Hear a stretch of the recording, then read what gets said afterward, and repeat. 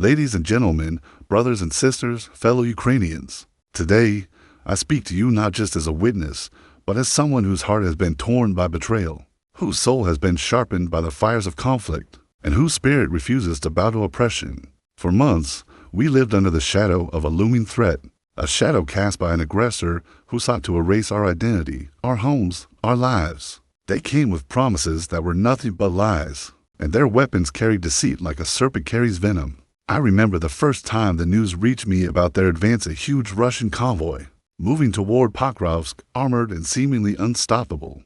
The images haunted my dreams, tanks rolling over our land, artillery shells tearing through our villages, and the cries of families ripped from their homes. How could such darkness descend upon a people who had done nothing but nurture the soil beneath their feet? Yet, in that darkness, a spark of defiance was ignited.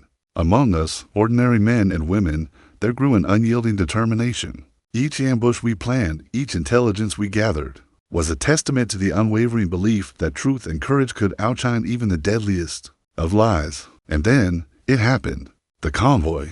They thought their might was absolute. They thought fear could be sown into the hearts of Ukrainians. But as they advanced, we struck. We ambushed the colossal column, and fire consumed it. Their armor turned to ash. Their plans shattered on the road to Pokrovsk. It was not just a tactical victory. It was a symbol. It was proof that even against overwhelming odds, the human spirit cannot be extinguished. But let me ask you this. How do we rise from betrayal and heartbreak? How do we take the weight of loss and turn it into a shield for hope? The answer lies not in revenge alone, but in resilience, in the courage to stand even when the earth beneath you trembles, in the refusal to let fear dictate the course of your life. The heart of the struggle and war.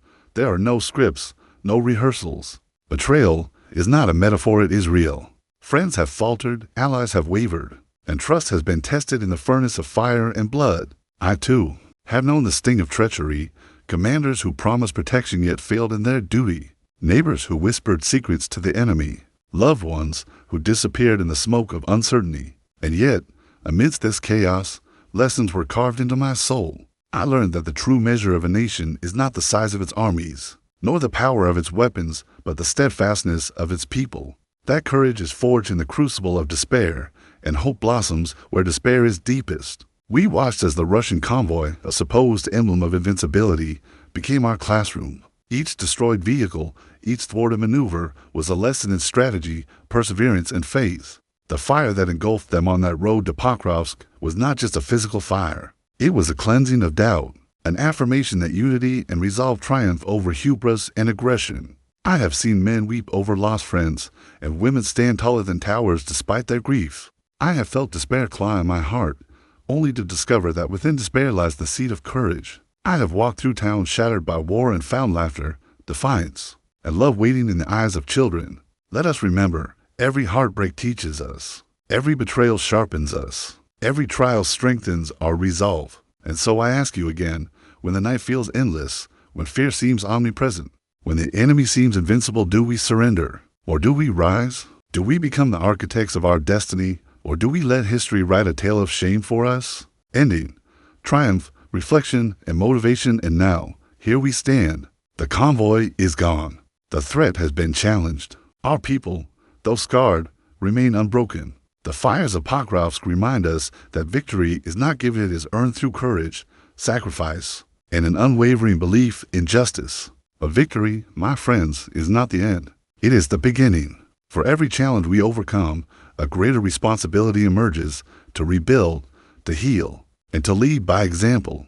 We must take the lessons of betrayal, heartbreak, and suspense and turn them into wisdom. We must remember that true strength lies not in weapons alone, but in unity, in compassion, and in the courage to act when the world expects us to cower. Let the story of that ambushed convoy be etched into the memory of generations, a reminder that tyranny, no matter how formidable, is vulnerable to determination, resilience, and the human spirit.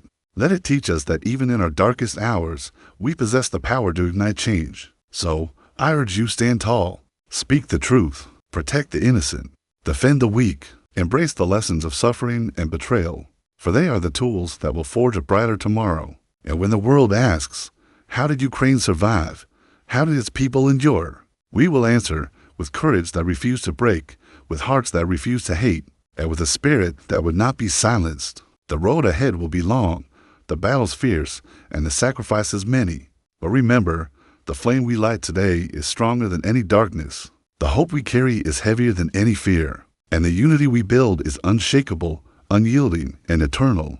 So rise, Ukraine, rise, and let the echoes of Pokrovsk remind the world that freedom cannot be bargained away, that justice cannot be silenced, and that the human spirit, when united, is unstoppable. This draft covers the emotional journey, battles and betrayal, the ambushed convoy, and ends with motivational life lessons and empowerment, structured in the beginning, middle, and ending.